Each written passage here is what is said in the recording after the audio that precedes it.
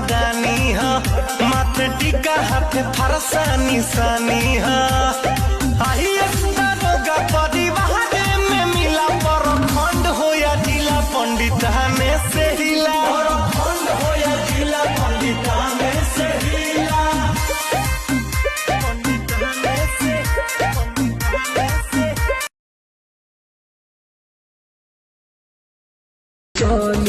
अरे सुनो